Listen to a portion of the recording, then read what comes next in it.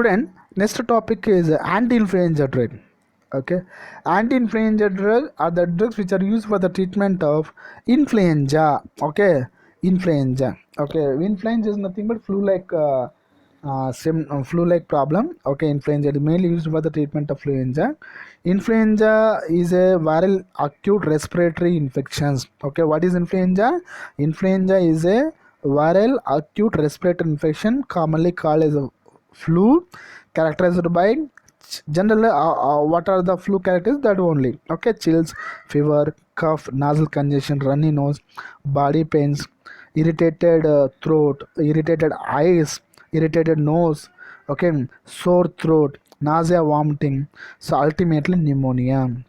So majority of the influenza infected patients may die because of the pneumonia. That's why even coronavirus is also one of the respiratory infection caused reason.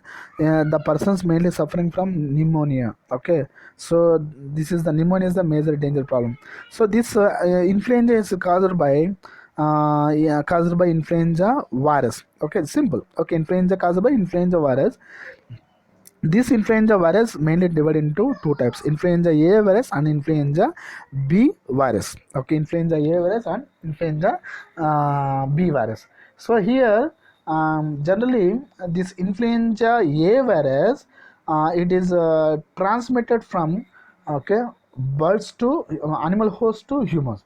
It does not directly infect the humans. Okay, influenza A virus initially it infect animal host like birds, pig.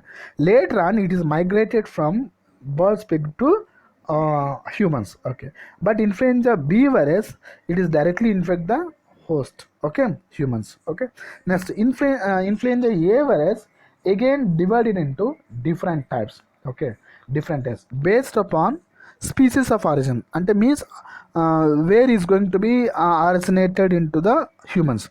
If suppose it is transmit from bird, this is called as a avian flu.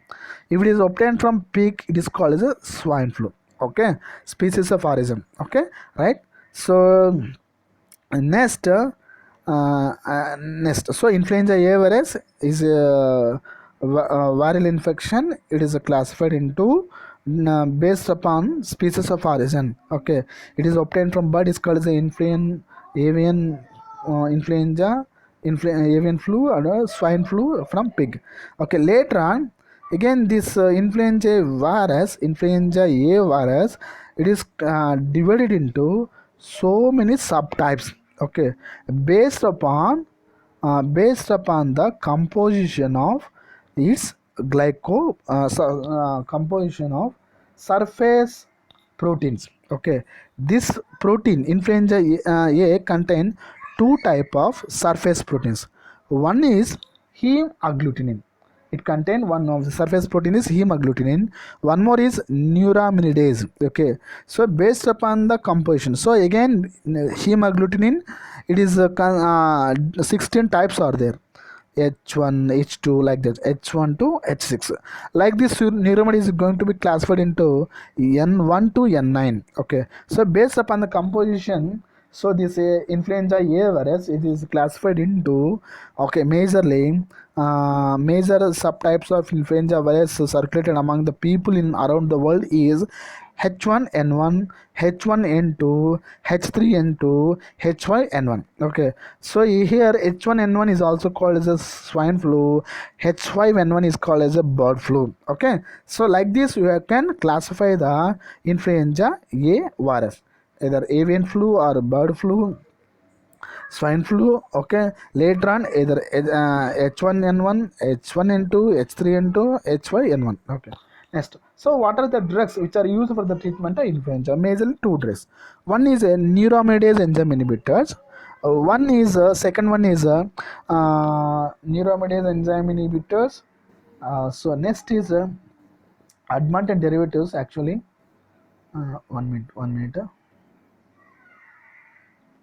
So first one is neuraminidase enzyme inhibitors. Neuraminidase enzyme inhibitors. See, this influenza virus is a RNA virus, orthomyxovirus, that cause influenza contain enzyme neuraminidase and hemagglutinin that is essential to the life cycle of the virus neuraminidase. Okay, so neuraminidase and okay, please example, what are the drugs comes on neuraminidase enzyme inhibitors are neuraminidase enzyme inhibitors, neuraminidase enzyme inhibitors.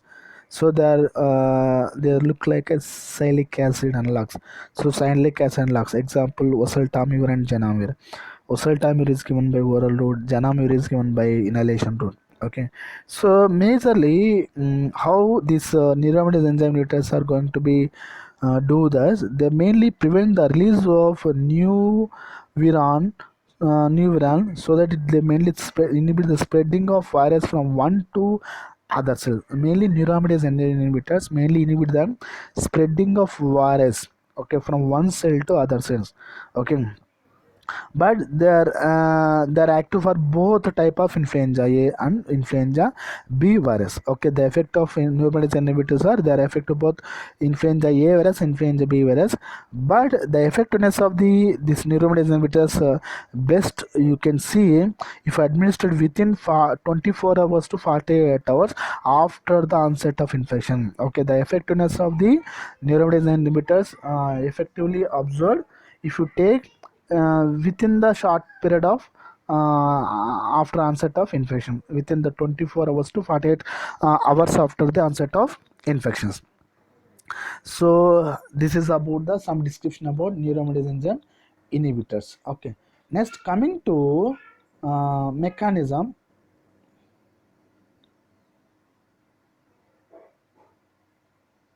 So coming to neuraminidase enzyme inhibitors, please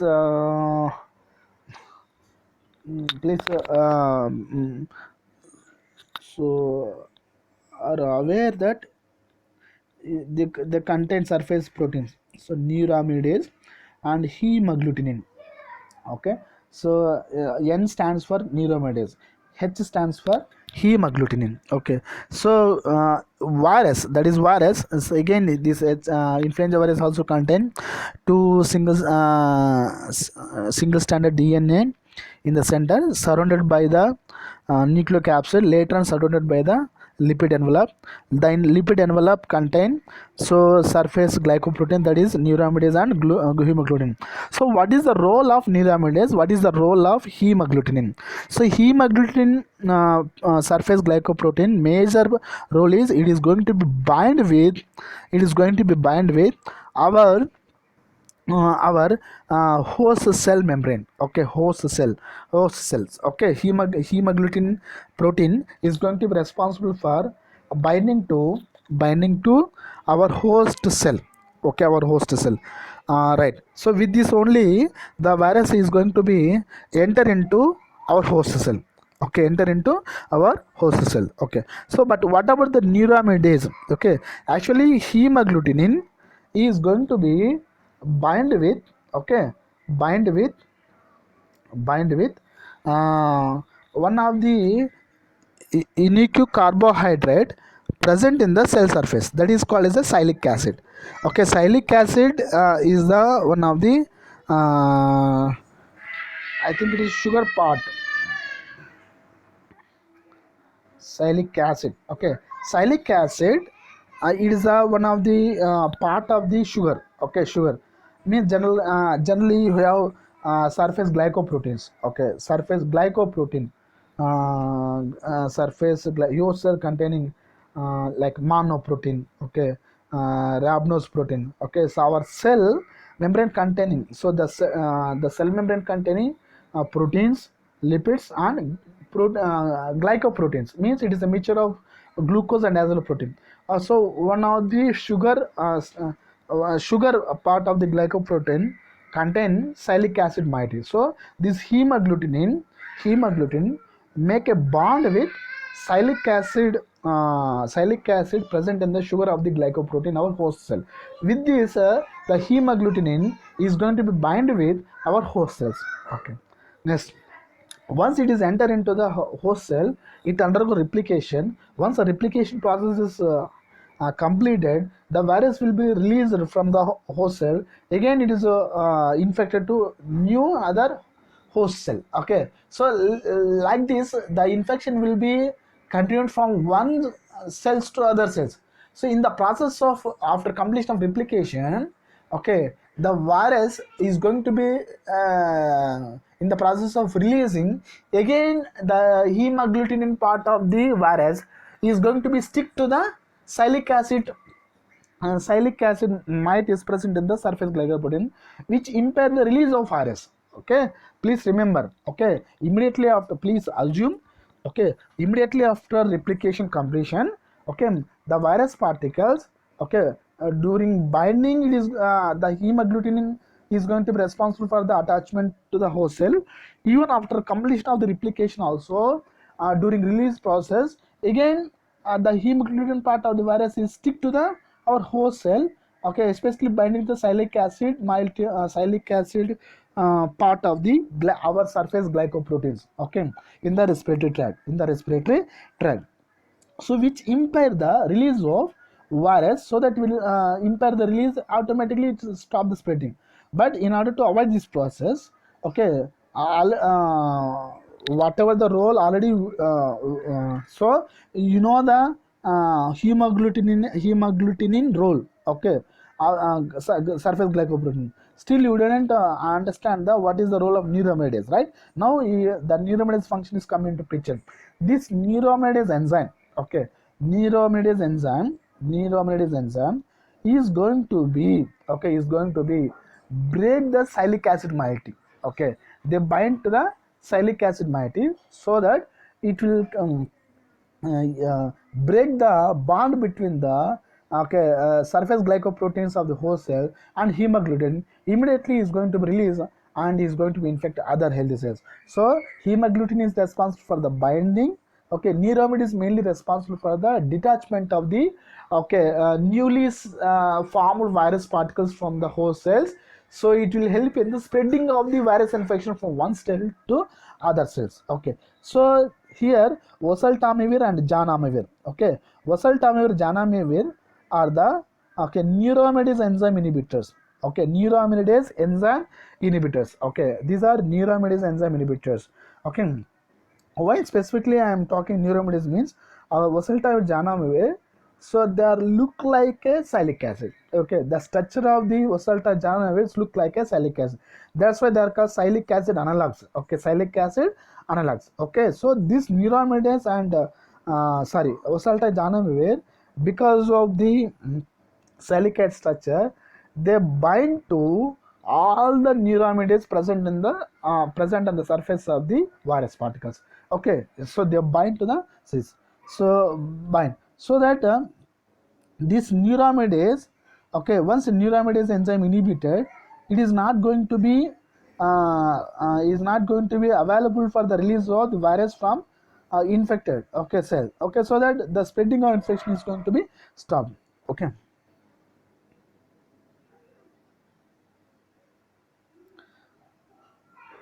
so I understand. Okay, so what is neuraminidase inhibitors? These are the analogs of the salic acid. So these are the analogs of salic acid, interfere with the release of the progeny cell. Progeny means newly formed influenza virus from the infected to new host cell. Okay, so that they inhibit the spreading of the virus.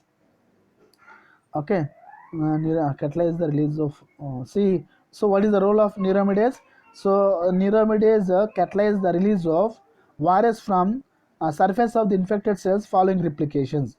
Okay, inserted into the host cell membrane for the purpose of the uniform. Okay, so this is about the mechanism. So what is the mechanism of the neuraminidase enzyme inhibitors? Neuraminidase enzyme inhibitors, salt janamivir, they bind to neuraminidase and inhibits its function, so that it interferes with the release of progeny influenza virus from the infected cell to release of progeny influenza virus, so that it will prevent the spreading infection from infected cells to new host cells. Okay, so all are salic acid analogs. That's why called as the salic acid analogs or neuraminidase inhibitors. Okay, next kinetics. Okay, Chymotryx orally active prodrug that is rapidly metabolized by the liver to active form. So oseltamivir is a prodrug. So converted into oseltamivir carboxylate is a prodrug. Okay. Next prodrug is eliminated through urine. But janamivir is not a prodrug. It is not also orally not active. So it is given by intranasally or inhalations. Okay. Side effects. So oseltamivir major side effects are GI disturbances only. Okay. Next janamivir mainly because they are given by inhalation. So it will the side effects majorly related to respiratory system. So suppose the irritation of the respiratory tract cause cough and bronchospasm.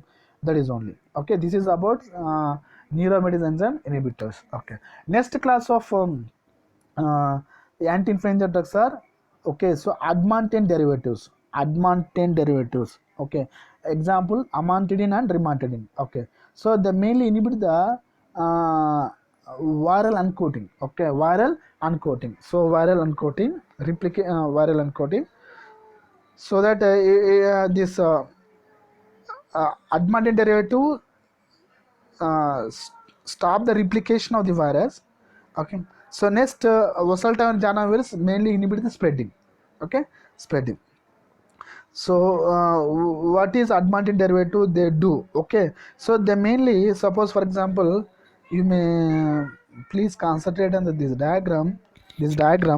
Okay, here the virus immediately after binding to the host cell surface with the help of hemagglutinin. Okay, it enter into the host cell through process of endosome means our cell, it will form some sac like structure.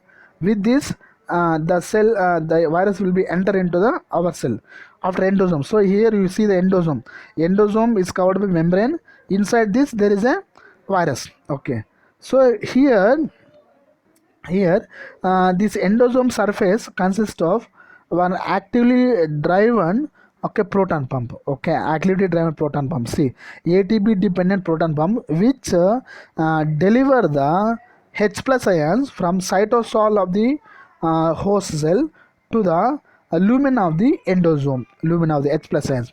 These H plus ions again they enter into the core of the virus. H plus ions. Endosome is not a virus. Endosome is a made by the our cell membrane. Okay, so endosome contain, okay, actively energy dependent proton pump. Okay, so that is ATP. Okay, ATP driven proton H plus ions pump. So H plus are against the concentration they pump from cytosol of the host cell into the endosome. Okay, where H plus ions later on enter into the core of the virus. Core means center, middle. Okay, core of the virus with help of specific proton channel. Okay, here endosome contain any channel, so that it need to be enter into the endosome through only energy dependent transport. But here this influenza virus contain some channel in the, okay, outer membrane that is called M2 channel proton channel. It allow the H plus ions from lumen of the endosomes to center of the virus. Okay, once H plus ions is going to be moved through M2 channel, enter into channels. So with this the pH, okay, so the pH of the pH, and it will lower the pH in the center of the virus. Okay, it cause acidic pH in the center of the virus, because it explains inflection. Inflection into the core of the virus, it will cause decline in the pH.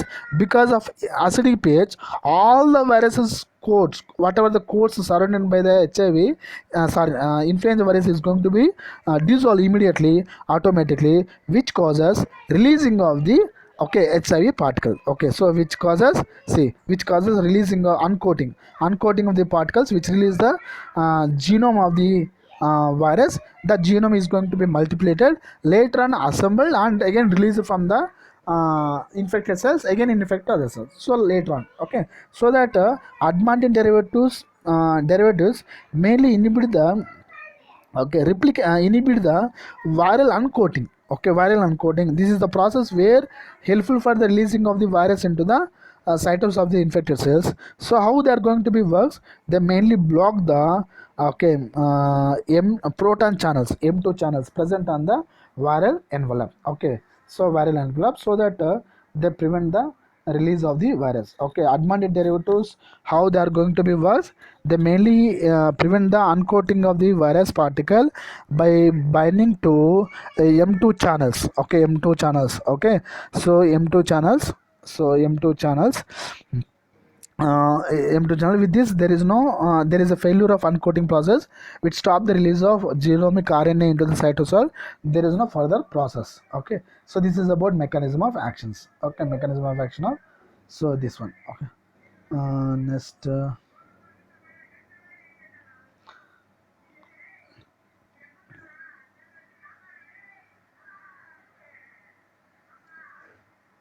Okay, next is pharmacokinetics. Okay, both are well absorbed. Amantadine and rimantadine are well absorbed, but amantadine, okay, what is the main special character is amantadine is going to be penetrated into the central nervous system.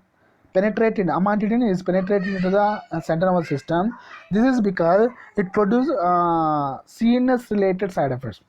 Okay, due to release of dopamine in the brain. Okay, so amantadine increase the dopamine level so that it will cause some psychotic side type of things like hallucinations, delirium, hallucinations, delirium. So these are all the CNS problems. See, in major is hallucinations, seizures, insomnia, ataxia, dizziness, anxiety, nervousness, difficulty in concentrating, all are because of the excessive levels of dopamine in the brain.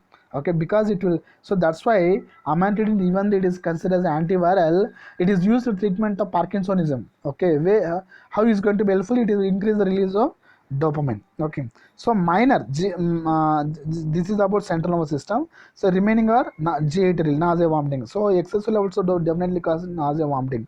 Okay, CNS, nervousness, insomnia, high lightheadedness, difficulty in concentration. But rimantadine, it does not enter into the central nervous system, so that it have very minimal or no central nervous system. Okay, right. So this is about the difference between the amantadine and rimantadine. Amantadine able to cross the blood-brain barrier, it will enter into central nervous system, so it will cause central CNS related side effects. Rimantadine, it does not cross the blood-brain barrier, so it have very minimal or no CNS toxicity. Okay, right. So this is about the amantadine and rimantadine. Okay, so with this now you completed, so antiviral drug.